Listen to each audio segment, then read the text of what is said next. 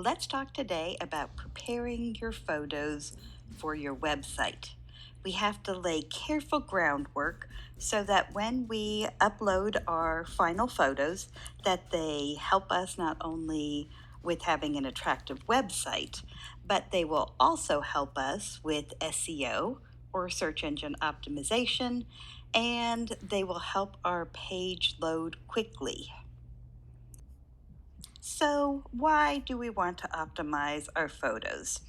As I mentioned on the earlier slide, we want to have our website load quickly. And outside of video, our images, our photographs, our graphic design, these are going to be the next heaviest item on a web page. Of course, videos are generally larger and will take more time to load, but after that, it's our images. And in general, images will make up an average of 21% of a total web page's weight, which means it will drastically impact how quickly it loads. Optimizing will give us faster website speeds and improve SEO rankings because Google wants to make sure that your site is fast. It's one of the elements that goes into the calculation of whether or not to give your website as a suggestion for an organic search or even for a paid ad, because the slower your website is, the less likely Google is to recommend your site to people who might be interested in seeing what your website has to offer. Let's talk about the file name. So this is what you are going to name your image before you import it into your website. You need to remember to always name the file for SEO, search engine optimization. We don't want to use a default name. So whatever name that your photo has when it comes out of your camera, and so often I know for mine, it will give it something like IMG, which stands for image, 5789, which means that is the 5,789th photo that has been taken on my camera. So we don't want to keep that. Of course, that's kind of the easy thing to do, is just directly import using those default names, but don't do it. We need to name it so that the artificial intelligence in browsers such as Google can get information. So we want to make sure that it is named in a way that tells what that file image contains. So if I am going to have a picture of myself on my personal website when I'm teaching, I'm going to throw in some of those words such as Megan, Mo, Professor, Lee, University, Teaching. So that if anyone types in information about me, they will easily find me not only from the content of my website, but also from the name of my image. Now, there are a few things to know about naming. You need to use all lowercase letters. Do not use capitals, even in names or proper nouns. So this is quite traditional in web design. And so in fact, when I was studying this summer, my web guru friend completely drilled this into me. I would be working on something and I would be getting an image and getting it ready in other ways, but then I would name it with a capital letter. And he always made me go back and fix it, that we want to have it lowercase. So why is this exactly?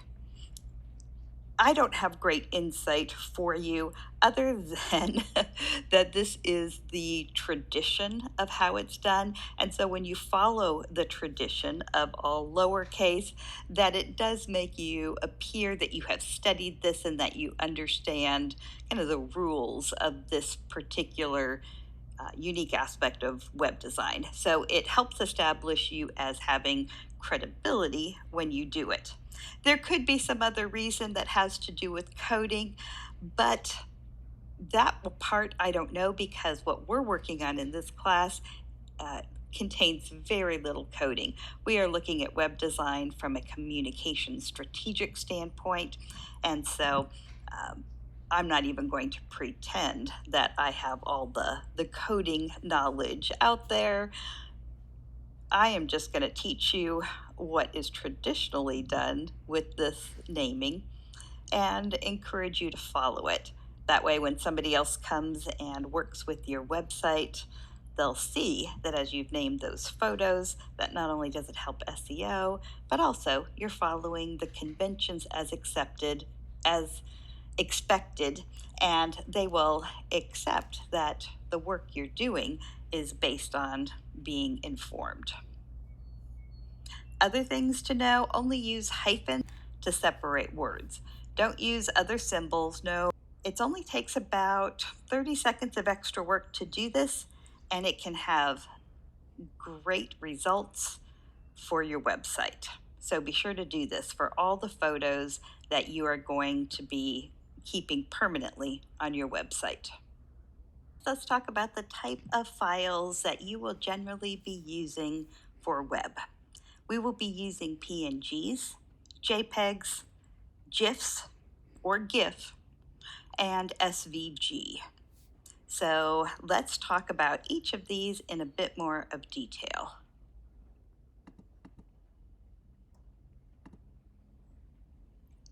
Let's talk about PNGs. First of all, a PNG stands for Portable Network Graphic. It is naturally an uncompressed file, so it's larger. So it's bigger, more likely to weigh down your website.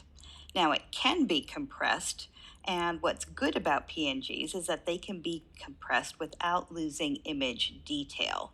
So you still have all the detail of a photograph or graphic design in it, even if it's been compressed. So it's what's called lossless, so it doesn't lose quality. It's considered a raster image, and images can be either raster or vector. Raster means it's made up of all these little pixels, all these little dots, and we can't scale them much larger unless we're going to be losing quality. So if I try to take a PNG that's one size and make it a larger size, it's not going to be a great quality. But I can take that PNG and make it a smaller size. I can compress it, and it's still going to look fantastic, and I can bring it back to its original size without losing any quality. So we want to use PNGs for simple images. We're not going to use these all over our website because they are larger, so we don't want to have huge files that weigh down our website, so we'll use them if it's a simple image, or if we need to have a transparent background. So if we want to have a logo or a cutout that has transparency, it doesn't have a black background or a white background, then we'll use PNGs. A JPEG stands for Joint Photographic Expert Groups. And while I'm giving you the names of things like what the PNG and the JPEG stand for, this is not necessarily something you have to remember. I'm just explaining it, but it's not terribly important that you know it. What's important to know about a JPEG is that it is a compressed file that slightly reduces image details and therefore quality. So it is also a raster image, so it's made up of these pixels or dots, and we can't scale it larger without it losing quality. They look pixelated. But because we can compress it and reduce that image quality, it can give us much smaller file sizes, which is good for websites because it gives us a faster loading time for the web. So we want to use JPEGs, and as we're saving, we can choose the quality that we want, and so we can take a look at how many kilobytes or megabytes an image is, and we can kind of play with it being higher or lower quality depending on that size. And frankly, usually JPEGs from a high quality to a medium quality, when it's on the web, most people can't really tell the difference. So the images look fairly similar. So although it's a lower quality, it's not like we're talking really bad crummy quality. It's just smaller and it works well.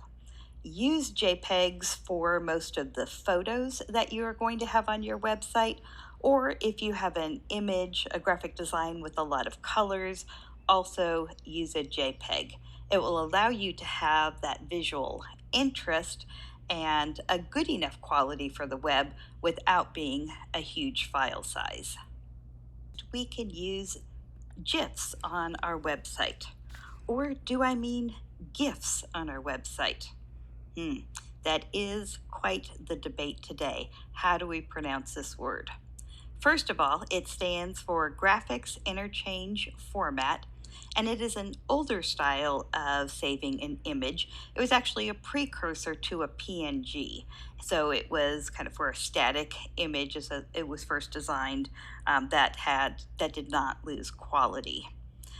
The animations were added later, and this is now kind of what we know it for, what we use it for on websites, is if we have animations. A couple things that you need to know about it. It only uses 256 colors, so it does not use the full range of colors that we would get in a JPEG or a regular PNG. So it's a lower quality from that standpoint. It is a vector image as opposed to a raster image, which is something that does distinguish it from a JPEG and a PNG. And because it's vector, it can be scaled, it can be made larger without a loss of quality. So it's still high quality even when you make it larger. So how do we pronounce it? Is it that hard G, GIF, or a soft G, GIF, GIF or GIF? Well, I tell you what, the developer, Steve Wilhite, who worked for CompuServe, he developed it, and he said, choosy developers choose GIF. And there was a famous peanut butter commercial, choosy mothers choose GIF. And so that was the name of the peanut butter GIF. And so obviously, Steve Wilhite thought it was a soft G. But it's been a debate that has raged for decades now, since this was introduced in the late 80s. And you will find all sorts of opinions out there. And the Oxford English Dictionary even lists both pronunciations as appropriate. So make your choice. Pick one and just go with it. Use GIFs for animations on your website. Last on the type of images that we are going to talk about using for your website are SVGs. SVGs stand for Scalable Vector Graphics. They are vector images, so again, they're scalable. You can make them larger without a loss of quality. These can also be animated, and they are also only 256 colors, so they do not use the full colors. Many web designers that come out of communication departments might not use SVGs at all. But if you do use them, use it for logos, icons, and Adobe After Effects files. But if you haven't used SVGs when you're taking other classes such as graphic design classes, don't worry about these. Really, you can stick with JPEGs and PNGs in most cases, with a couple GIFs thrown in for animations. So use SVGs if you want to, but certainly don't feel like you have to include them. We've already talked about file names and file types. So let's move on to talking about file size. How big should your image be? Because we want to have a fast loading website that does well with SEO, We want to have any image be less than 2 megabytes. And 2 megabytes is the same as 2048 kilobytes. So that's the maximum, but we can have them smaller than that. So I would only use a 2 megabyte image if it's going to be something large, like perhaps my hero image on my homepage, or perhaps a header. But I am not going to use this for I'm not going to have 2 megabyte images for all of the visuals on my website. Ideally, most of your images will be 500 kilobytes or less. So, think about that. That's getting much smaller, but you can even do sometimes a 200 kilobyte image and it's going to look just fine. And you can practice this on your own as you're saving some images when you're converting them, when you're exporting. You can save them in a few different sizes and then pull them up and ask a friend, a roommate, a family member, can you tell the difference? And I bet in many cases, if they don't know what size it is, they're probably not going to be able to tell the difference. But between that, lower file size and a higher one. Now, of course, if it gets to the point where they can tell the difference, well, let's delete that one and not use it. But let's go as small as we can go with it still looking good for the website.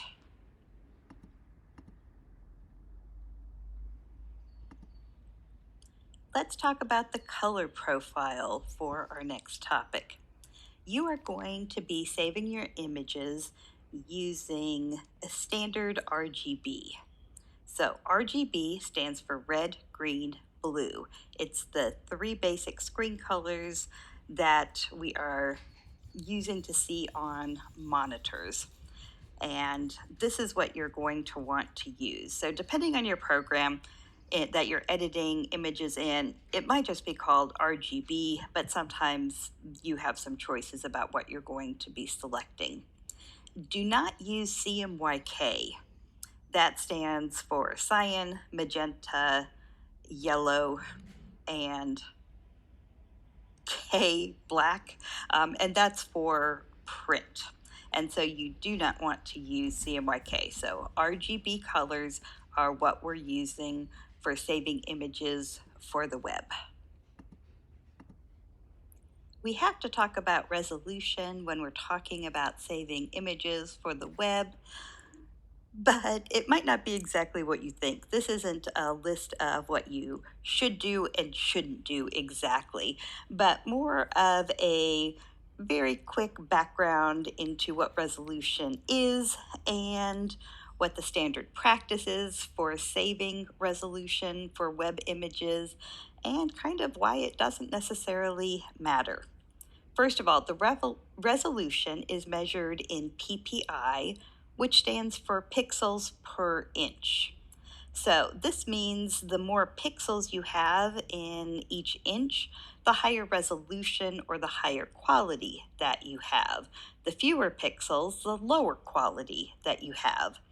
And this is incredibly important if you are printing a design or printing a photo, but it's not terribly important for web design.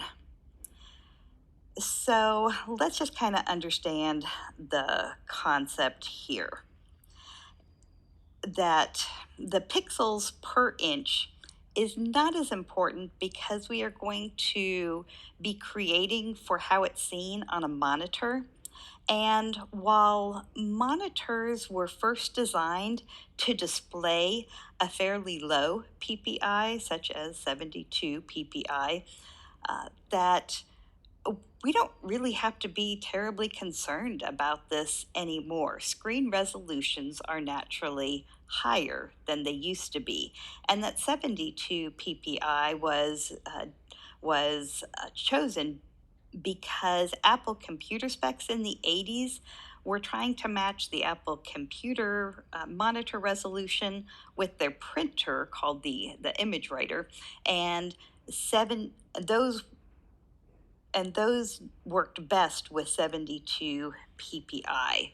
But now, if you save an image in a few different versions of resolution at 72 ppi or 200 ppi or even 300 ppi, knowing that 300 is what we might do for print, it's not going to show up that differently on your monitor. So it's just not something we have to worry about as web designers, although I can tell you that 72 ppi is the standard number that most people are going to tell you to use. So just to stay consistent with the overall what developers do, just save at 72 ppi. But no, it's not all that important. What is more important than resolution is your actual image size. And we are going to want to create our images to be the correct size for how they need to display on a monitor. So we are going to want to create some templates in Photoshop that will have the basic size of the images we need for our websites. And so I will show that to you in a minute. We'll make a little video that shows you how you create the template and then how we can take photos into the template and save them in the correct size so that they are able to work well for our website. So we want to have a template for a banner, and here we're going to want to look at your theme and what is the size needed for your theme, and this can change depending on what WordPress theme you have, but it's pretty common that it will be a 16:9 ratio, something like 2400 by 1600 pixels. And so we'll want a template for a banner. Then we'll want a template for a square photo, which is generally a 1:1 ratio. So for example, 1000 pixels by 1000 pixels. Then we want a landscape photo template, which is generally 2:3 pixels, which is generally a 2:3 ratio, such as 1000 pixels by 1500 pixels. And then we'll want a portrait, which is where it's taller. And so we'll have a 3:2 ratio, such as 1500 pixels by 1000 pixels. And so we'll have these standard sizes that we will use for a lot of our images. This will allow us to easily optimize having all of the settings already decided in advance with the template, and all we have to do is drag a photo into it and save it using our presets. So let's take a look at how we can do this.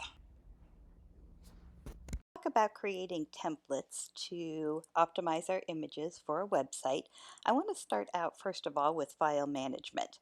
So I have a file called Dr. Megan Moe website. I'm going to click in there and I have 3 folders, and I'm going to have one named pictures. Pictures means that these are photographs that I have, but they have not been optimized. Then I'm going to have a folder called development, and this means that I have done something to get them ready for my web page. So they have been treated. That way I can easily tell the difference between just a picture in general that I think, oh, I might want that on my website. Let me toss it in this folder so I can think about it later, and ones that have been optimized, which go into a completely different folder. And then I happen to have a third folder, which was just convenient for me to make a distinction between communication arts photos and other photos that I have, because I have things of like my kids and my pets, and I wanted to have an extra folder just for my own convenience to make that distinction. But the big thing is to have pictures, which means they're not web ready, and development. And then when I go in my development folder, I have a lot of subfolders in here. And so this is when I now have one, pictures ready for images. So this is a picture I know for sure I want on my website, but it hasn't been fully treated. Whereas in my regular folder back here, these are ones I'm thinking about using, but haven't decided and haven't treated. So again, getting back in my development. Then I have those that are going to go on my slider. I have a subfolder for my Photoshop files. And when it's called an image, this is when I know it is web ready. So anything that is in the image folder, I can directly take and put into my website because I know it's been optimized. I also have my logo, I have the templates, which is what we're going to be working on, and I have my Adobe Illustrator files, and then I have a gallery on one of my web pages, and this just puts all those gallery photos in one place that have been optimized. So this one just happened to be easier for me to look at because this way I only had a certain set of photos, whatever this is, 8 photos to grab from instead of going through my images, which has dozens of photos. All right, so make sure that you have your folders managed, that you have them planned well. And now let's talk about making templates. So here I have a banner web template. It's 1024 by 427 because this is one of the sizes that my Hestia template uses for banners. And so I made this. Now, how did I make this? So let us take a look at how this type of thing is done. And I'm actually going to first of all use my hero template. I'm going to recreate this 2400 by 1600 just because those numbers are easier to remember. So I am going to be in Photoshop, and in Photoshop I'm going to do File, and I'm going to do New. And I'm going to go over here and I am going to name it. So here we're going to do up, and there you see I did a capital, which I need to not do, Hero Template 2400 by 1600. All right, and that's how wide and high it is. My resolution at that 72 pixels PPI. I do not want CMYK. We are going to do RGB. And so if you notice, this is standard RGB. And so this is what we're going to do. We're going to now click Create. And so now I have my hero template. And so at this point I can go to File, and I can then place, and I'm going to place an embedded.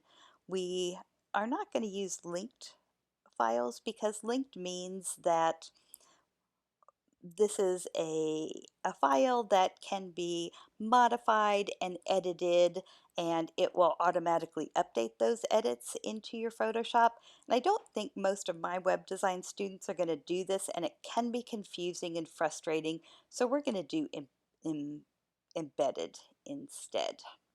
I've restarted the recording here just to simply now have my top menu bar here so you can see that I did File, Place Embedded, and now let us choose. I don't want to go into my hero template, so I am going to choose one of my images that is ready. And so I have all sorts of photos that are ready that I could put here, and we're going to choose this one. And as you can see, this one comes in at the right size. Great. But if it didn't, let's just, I'm going to hide this one. So if you come over here, you can hide. And let's say I'm going to place a different one. So I'm going to place embedded, and let's say that I am going to place, which one should I place? So I have this one. All right, so it is not the correct size of the template, but I am going to do some dragging and dropping, or just dragging until I get it to how I want it to be there. And so now I can use this as my hero image. I can move it around until I'm happy with it. You know, maybe I want to have that person's head a little bit more. Maybe I want to get rid of it, but you know, it'd be kind of up to me how I want to do it. And then I can just right click and say place. And so now that image is on there.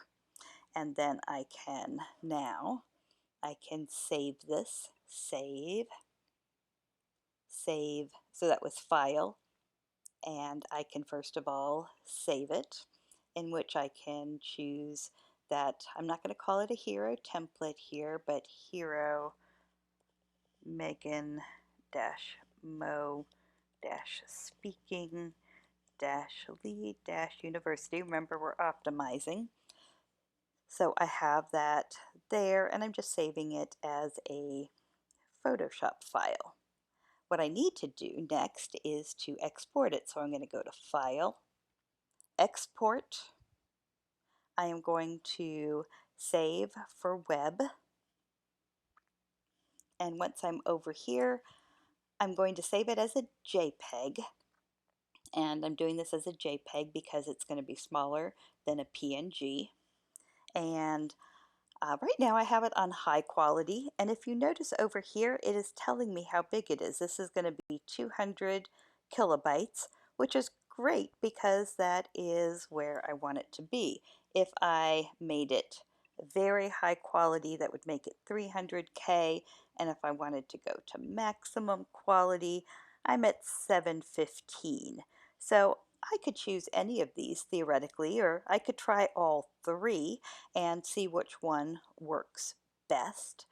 But yeah, so I mentioned, I think in an earlier voiceover, that you could save your images a few different ways, bring them up for someone and see if a friend, family, or classmate can tell the difference. And if they can't tell the difference, go with the the smaller of them. And so I'm just going to go with high because I've done this before and I was pretty happy with the quality here. All right, so now we have that, and I can click save. So if I wanted to change the name, I could change it here, but I am happy with it, so I'm just going to click save. And if I want to continue to use this template, I can just open up the template again. So I can go to open, recent, I can go to hero template. I could also go to my banner web template. And so let me open that one. We were looking at that earlier. It's this size. And I do have that same photo here that's set up for this for this size, where it is 1024 by 427, which is a size Hestia uses. So I have that set up, but I can actually turn that off, and I could bring in a new photo here and use a new photo. So let me go to File. We're going to place Embedded, and let's take a look at another one in which I am teaching. So let's use this one, and it does open up to the correct size here. And then I can right click, place, and there we go. I can also, if I wanted to, I could change it, and I could. It's easier to make the changes before you place it if you're not used to Photoshop. So if you got to this point, we can certainly edit it still, but if you don't know Photoshop, it might be kind of frustrating. So in that case, I might just delete it and replace it and edit it. I'm sorry, re-import it and edit it before placing it, since we're not a full class in Photoshop. All right, but there we go. And then I can file, I can export web, and here it's only 66K. All right, so it is a good small size. Save, and on this one, I don't want to save it as a template. I would do Megan dash Mo dash teaching dash lead dash university. All right, and then I am going to save. Now, if I wanted to save it as a PNG, I could go to export, save for web again. And here, instead of JPEG, I could go with the PNG 24. And if I want it transparent, so there would not be a white background or black background or something, I would click transparency. And if you see, this is 600K, so it's a larger file. And I could do that, and then I could save it as a PNG. All right, hopefully this helps you with getting your photos, images all ready and optimized for the website. Let me know if you have any questions.